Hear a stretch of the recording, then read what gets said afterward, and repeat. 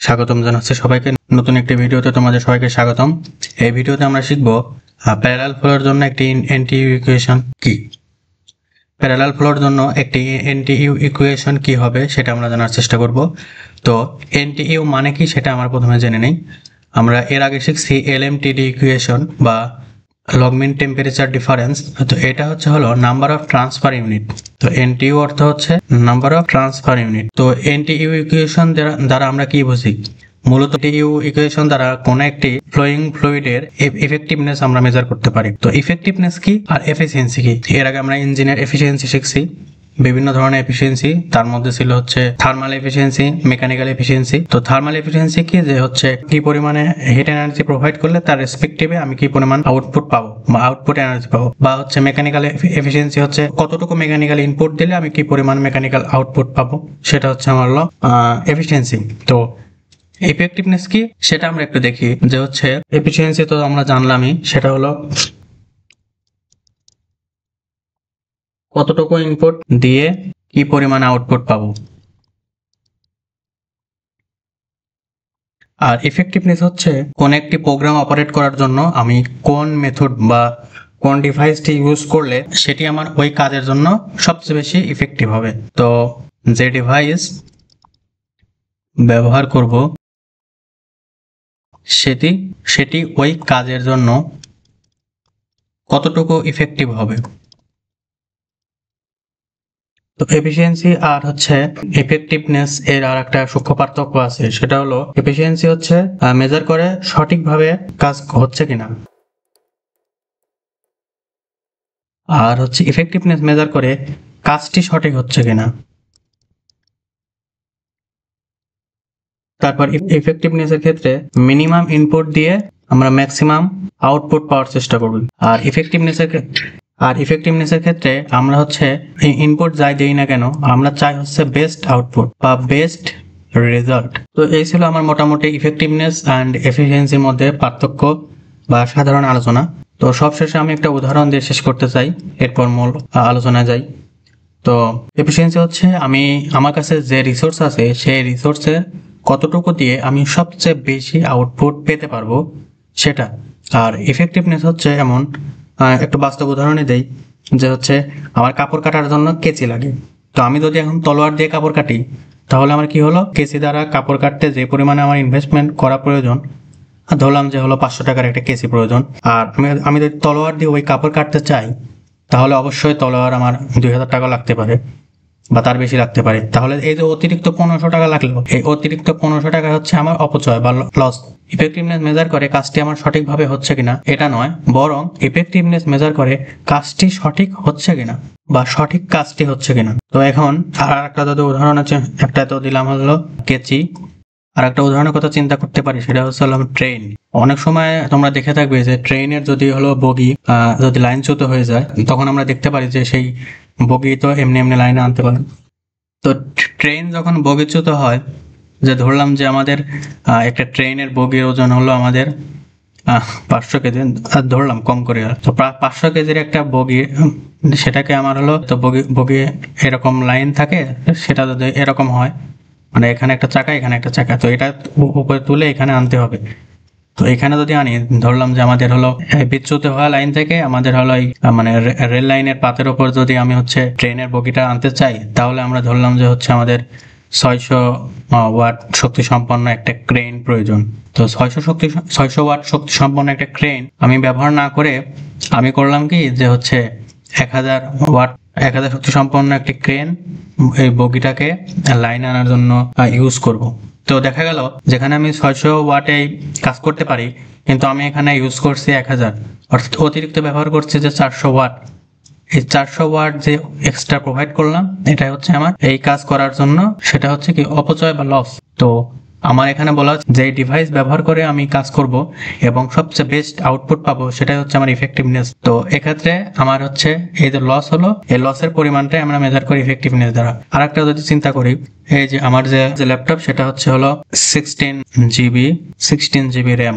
আমার এক ফ্রেন্ডের হচ্ছে 40 জিবি র্যামের ল্যাপটপ। সে যে কাজ করে আমিও সেম কাজ করি। সে ভিডিও রেকর্ড প্লাস এডিটিং করে, আমি রেকর্ড প্লাস এডিটিং করি। আমার 16 জিবিতে অনায়াসে কাজ হয়ে যায়, সে তার 40 জিবিতে অনায়াসে কাজ হয়। বাট তার 40 জিবি থেকে যে 16 জিবি ইউজ করে যে অতিরিক্ত থাকে, এই যে অতিরিক্ত 24 জিবির যে হচ্ছে ওয়েস্ট হয়, মানে হচ্ছে তাত্ত্বিকভাবে যে 24 জিবি যে ওয়েস্ট হয়, মানে এই ওয়েস্টটাই মেজার করা হচ্ছে ইফেক্টিভনেস। যদিও মানে শুধুমাত্র ক্লাসের পার্সপেক্টিভে বললাম আর কি। তো এই হলো আমার ইফেক্টিভনেস। তো এই হলো আমার ইফেক্টিভনেস অ্যান্ড এফিসিয়েন্সির মধ্যে পার্থক্য। এখন আমরা মূল পড়াশোনা চলে যাই। প্রথমে দেখতে পাই যে একটি হচ্ছে হট ফ্লুইড, যার হচ্ছে ইনপুটে থাকে হচ্ছে T of hot fluid input, এবং আউটপুট লাইনে টেম্পারেচার থাকে হচ্ছে T of hot fluid output. এবং এর সাথে আমি যদি প্যারালালে যদি আমি ফ্লুইড পাস করি, এবং অবশ্যই সেটা হচ্ছে হট ফ্লুইড এসে কম টেম্পারেচার বা কোল্ড ফ্লুইড, তাহলে আমার ইনপুট হবে টি অফ কোল্ড ইনপুট, এবং আউটপুট টেম্পারেচার হবে টি অফ কোল্ড আউটপুট, এবং আউটপুট হবে টি অফ কোল্ড আউটপুট। তো এই জিনিসটাকে আমরা হচ্ছে টেম্পারেচার প্রোফাইল দিয়ে যদি দেখাই, তাহলে আমাদের কি আসে, যে হচ্ছে এই লালটা হলো আমাদের হট ফ্লুইড এবং সবুজটা হচ্ছে আমাদের কোল্ড ফ্লুইড। তো হট ফ্লুইডের একটা সেকশন যদি আমরা কল্পনা করি, যে হচ্ছে এক্স দূরত্বে আমরা সেকশন নিলাম ডি অফ এক্স, এবং এর ইনিশিয়াল টেম্পারেচার হচ্ছে T of hot input, final temperature T of hot output, এবং টি অফ কোল্ড ইনপুট এবং টি অফ কোল্ড আউটপুট। এরপরে টেম্পারেচার ডিফারেন্স, সেটা হচ্ছে হলো ডি অফ হট ফ্লুইডের যে টেম্পারেচার ডিফারেন্স ডিটিএইচ, এটা হলো পজিটিভ, এবং কোল্ড ফ্লুইডের যে temperature difference D of T cold fluid, সেটা হচ্ছে আমার পজিটিভ। এখন আমাদের যেটা জানার সেটা হলো এই যে হট ফ্লুইড ইনিশিয়াল এবং কোল্ড ফ্লুইড ইনিশিয়াল, এর পার্থক্য হচ্ছে আমার থিটা 1 বা থিটা 1, এটাকে আমরা লিখতে পারি যে হচ্ছে টি অফ হট। আমরা ইনিশিয়াল না দিয়ে 1 2 দিয়ে লিখি, তাহলে আমাদের লিখতে কষ্ট হবে না কি, তাহলে এগুলো সব 1 ধরে নেই। T of hot 1 minus T of cold 1। এখানে দেখে নির্দিষ্ট পয়েন্টে আমাদের তাপমাত্রার যে পার্থক্য সেটা আমরা ধরি যে হলো থিটা, এবং আমার এইখানে যে নির্দিষ্ট তাপমাত্রা পার্থক্য সেটা ধরলাম সেটা। তো নির্দিষ্ট দূরত্বে অর্থাৎ এক্স দূরত্বে আমার এই বিন্দু হচ্ছে টি অফ হট এবং এই বিন্দু হলো টি অফ কোল্ড।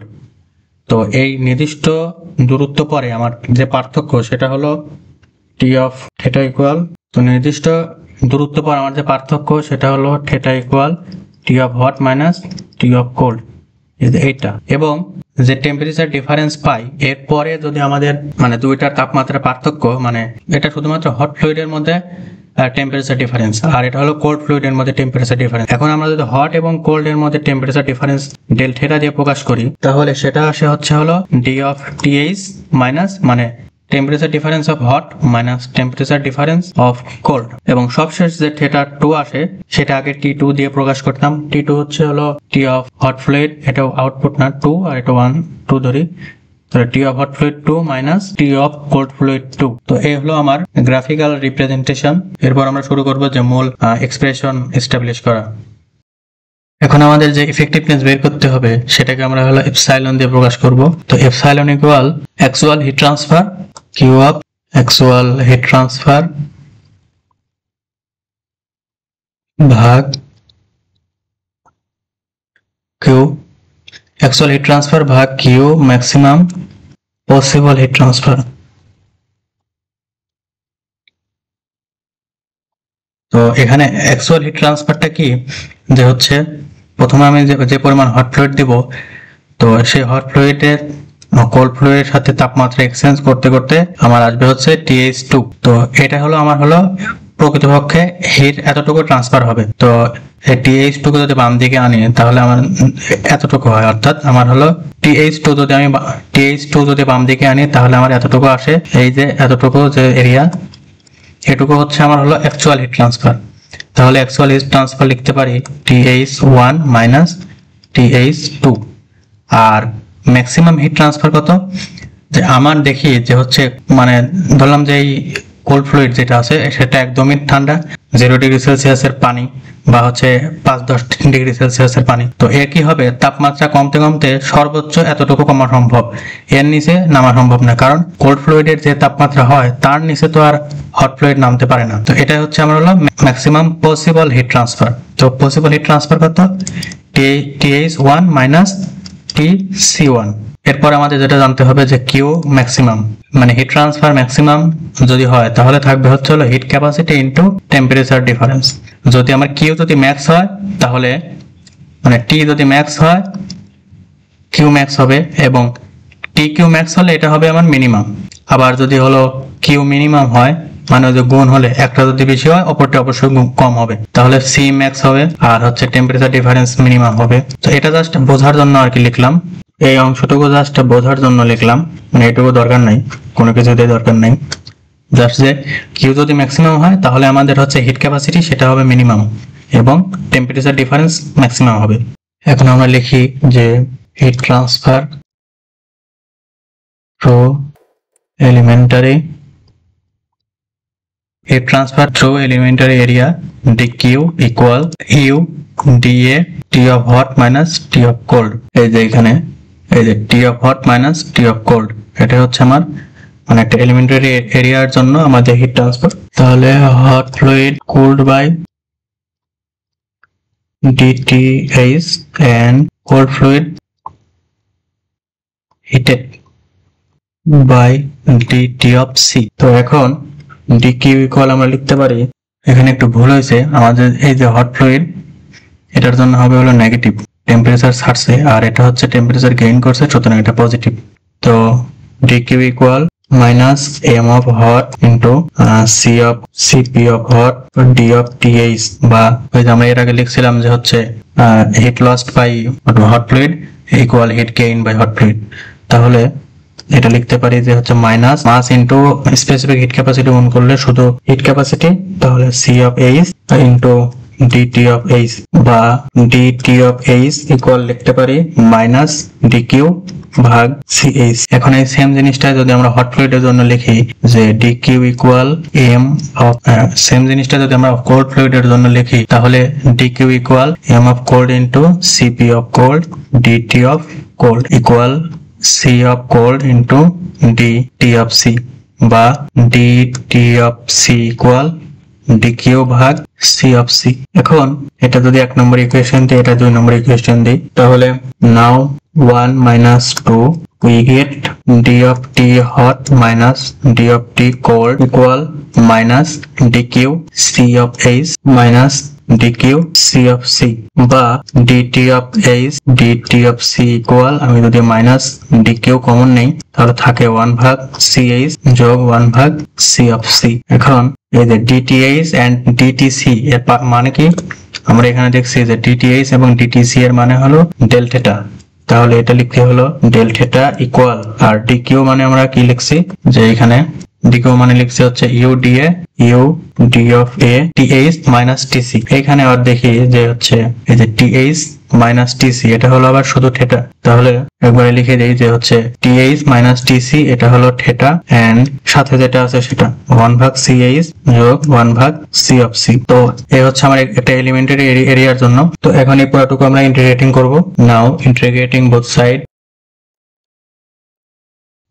ইন্টিগ্রেশন করলে কি আসে যে মূল দেওয়া ছিল কি dq theta equal minus U dA theta 1 ভাগ ch যোগ 1 ভাগ c of c। তো এটাকে যদি আমরা থিটা যদি বাম পাশে আনি তাহলে থাকে হচ্ছে d থিটা ভাগ থিটা ইকুয়াল মাইনাস ইউ 1 ভাগ ch যোগ 1 ভাগ c of c, আর সাথে থাকে d of a। এখন আমাদের ইন্টিগ্রেশন করার পালা, যে আমাদের এই যে থিটা এটা কতটুকু, যে আমাদের থিটা হচ্ছে হলো এই যে থিটা 1 থেকে থিটা 2 পর্যন্ত, আর হচ্ছে আমাদের এই বরাবর তো আমাদের হলো এলিমেন্টারি এরিয়া, তো সেটা হচ্ছে হলো 0 থেকে a পর্যন্ত। তাহলে রেঞ্জ লিখি যে হচ্ছে থিটা 1 থেকে থিটা 2 এবং এটা হচ্ছে হলো 0 থেকে a পর্যন্ত। এটা এখন এইখানে লিখি ln অফ থিটা 2 ভাগ থিটা 1 তারপর মাইনাস ইউ, আর এ ইন্টিগ্রেশন করলে শুধু এ থাকে, তাহলে ইউ এ 1 এ ইন্টিগ্রেশন করলে শুধু এ পাই, তো তাহলে ইউ এ 1 ভাগ ch যোগ 1 ভাগ c of c। এখন আমাদের মূল যে কাজটা সেটা হচ্ছে থিটা 2 এবং থিটা 1 এর মান বসাইতে হবে। তো আমরা যদি আগে দেখি যে থিটা 2 এর মান কত, সেটা হচ্ছে t of c2 t of h2 t of c2, তাহলে theta 2 equal t of h2 minus t of c2 এবং থিটা 1 এর মান t h1 minus t c1। তাহলে ln of t h2 minus t c2 ভাগ TH1 minus TC1।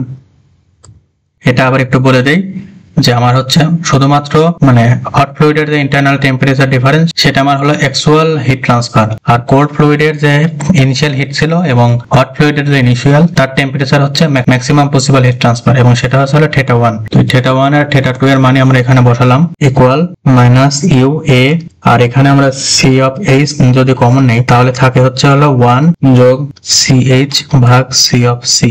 এরপরে আমাদের আসে পরের লাইন লন অফ টি, এরপরের লাইনে আমরা লনকে উঠাই দিব, তাহলে হলো TH2 মাইনাস TC2 ভাগ TH1 মাইনাস TC1, আর লন ওই পাশে গেলে আমাদের এক্সপোনেনশিয়াল আসবে, তাহলে EXP অফ বাকিটুকু যা আছে UA ভাগ CH সাথে গুণন অবস্থা আছে হচ্ছে 1 যোগ CH ভাগ C অফ C, সাথে গুণন অবস্থা আছে 1 যোগ CH আপন C অফ C।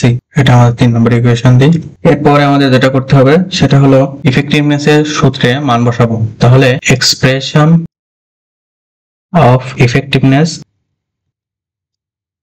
এটা কি আসে, এটা আমরা কি শিখছিলাম যে কিউ অ্যাকচুয়াল আর কিউ ম্যাক্সিমাম। তো আমরা লিখি যে এপসাইলন ইকুয়াল, তাহলে অ্যাকচুয়াল কত ছিল সি অফ এইচ মানে heat capacity into temperature difference T of H one minus T of H two, আর হচ্ছে আমাদের ম্যাক্সিমাম কত এটা হলো সি অফ মিনিমাম যেটা বলছিলাম into T of H one minus T of H one minus T of C1। তো এখানে আমাদের বিভিন্ন রাইটারের বইয়ে বিভিন্ন রকম করে দেওয়া আছে, যে অনেক জায়গায় হচ্ছে এই যে হিট ক্যাপাসিটি এটা সেম দেখায় আগে কেটে নিয়ে একদম সিম্পলি করে ফেলছে, আর মূলত মানে বিভিন্ন রাইটে বিভিন্ন রকম দেওয়া আছে। আমার কাছে সবচেয়ে বেটার এটাই মনে হয় যে হচ্ছে যেহেতু আমার মানে দুইটা সেম টেম্পারেচার ডিফারেন্স নিয়ে কাজ করি না, তাই আমি দুইটাকে সহজেই কেটে ফেলতে পারি না।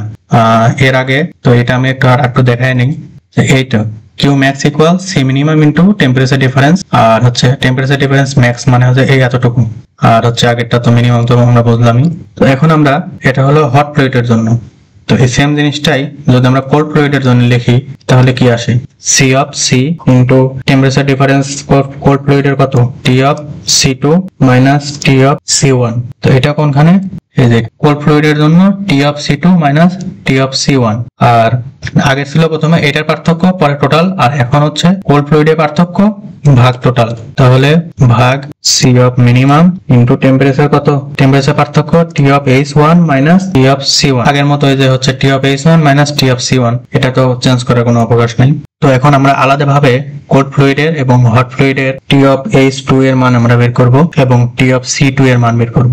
তো ধরলাম আমরা টি অফ এইচ2 এর মান আমরা বের করব, তাহলে আমরা একটু লিখি আর যদি গুণন করি তাহলে আসলে epsilon C minimum T of H one minus T of C1 equal C of H T of H one minus T of H two. তাহলে টি অফ এইচ2 যেহেতু বের করবো তাহলে গুণন করে দিয়ে যদি এই পাশে বিয়োগ করি তাহলে কি আসে যে epsilon C minimum T of H one minus T of C1 ভাগ C of H equal T of H one minus T of H two, বা হচ্ছে টি অফ এইচ2 ইকুয়াল এটা যদি এই পাশে আসে এই পুরোটা ডানে চলে যাবে, তাহলে T of H one minus epsilon C minimum T of H one minus T of C1 এবং ভাগ সি অফ এইচ। এখন আমরা সিমিলারলি এটা দেখাই, এখন সিমিলারলি এই 2 এর ক্ষেত্রে আমরা যদি দেখাই তোমরা একটু দেখে নিও করে নিও, তাহলে সিমিলারলি টি অফ C2 এই সেম ভাবেই আসবে আর কি, আর আর গুণন করে টি অফ C2 এর মান বের করব, তাহলে এটা হচ্ছে হলো টি অফ C। এখানে টি অফ এইচ2 এর ক্ষেত্রে আমরা টি অফ এইচ1 মাইনাস বাকিটুকু, আর এটার ক্ষেত্রে কি হবে টি অফ C1 প্লাস বাকি যেটা থাকে epsilon into C minimum T of H one minus T of C1 ভাগ সি অফ C। তাহলে এটা হচ্ছে ইকুয়েশন 3। এই ইকুয়েশন 3 তে আমরা টি অফ C2 এবং টি অফ এইচ2 এই দুটার ভ্যালু আমরা বসাবো, তাহলে এটা হচ্ছে 4 নম্বর এবং এটা হচ্ছে হলো 5 নম্বর ইকুয়েশন। তো টি অফ এইচ2 এবং টি অফ C2 এর মান যদি আমরা এখানে বসাই তাহলে আমরা কি পাই, আর গ্রাফ আমাদের দরকার নেই, গ্রাফটা আমরা কেটে দিই। এখন যদি আমরা ফাইনাল ইকুয়েশন লিখি যে এখন যদি আমরা TH2 and TC2 এর মান যদি আমরা হচ্ছে হলো 3 এ বসাই, মানে এখানে putting the value of TH2 and TC2 in equation 3, তাহলে আমাদের কি আসে এখানে দেখি যে এইটুকু আমাদের মান TH2 minus TC2, তাহলে আমরা এইটুকু মাইনাস এইটুকু লিখে নেই, তাহলে TH1 minus epsilon C minimum TH1 minus TC1 ভাগ C of H minus T of C1 plus epsilon C minimum epsilon into C minimum T of H1 minus T of C1 আর এর সাথে ভাগ আছে হচ্ছে হলো C of C। তাহলে এই হলো আমার এটা T of H2 minus T of C2। এখন আমরা নিচে যেমনি আছে অমনি লিখবো আর এই বাকিটুকু ডান পাশে লিখবো।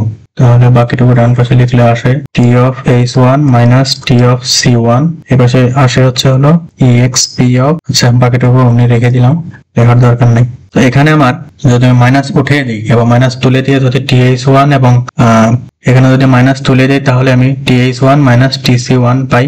তাহলে TH1 minus TC1 আর এর সাথে এপসাইলন C মিনিমাম এটুকু কমন যায় minus epsilon into C minimum এটুকু কমন নিলে থাকে হচ্ছে TH1 minus TC1 এর সাথে নিচেতে ভাগ অবস্থায় আছে, তো এটা আমার কমন যায়, মানে এটা আলাদাভাবে লিখতে পারি CH যোগ 1 ভাগ C of C আর নিচে তো আগের মতোই T of H1 minus T of C1 আর এই পাশে থাকে হচ্ছে হলো এক্সপোনেনশিয়াল, বাকিটা বোঝা আছে তাই। তো এখানে যদি এটা আবার কমন নেই মানে T of H1 minus T of C1 তাহলে উপর নিচে কাটাকাটি যায়, আমরা একটু কমন নিয়েই দেখাই।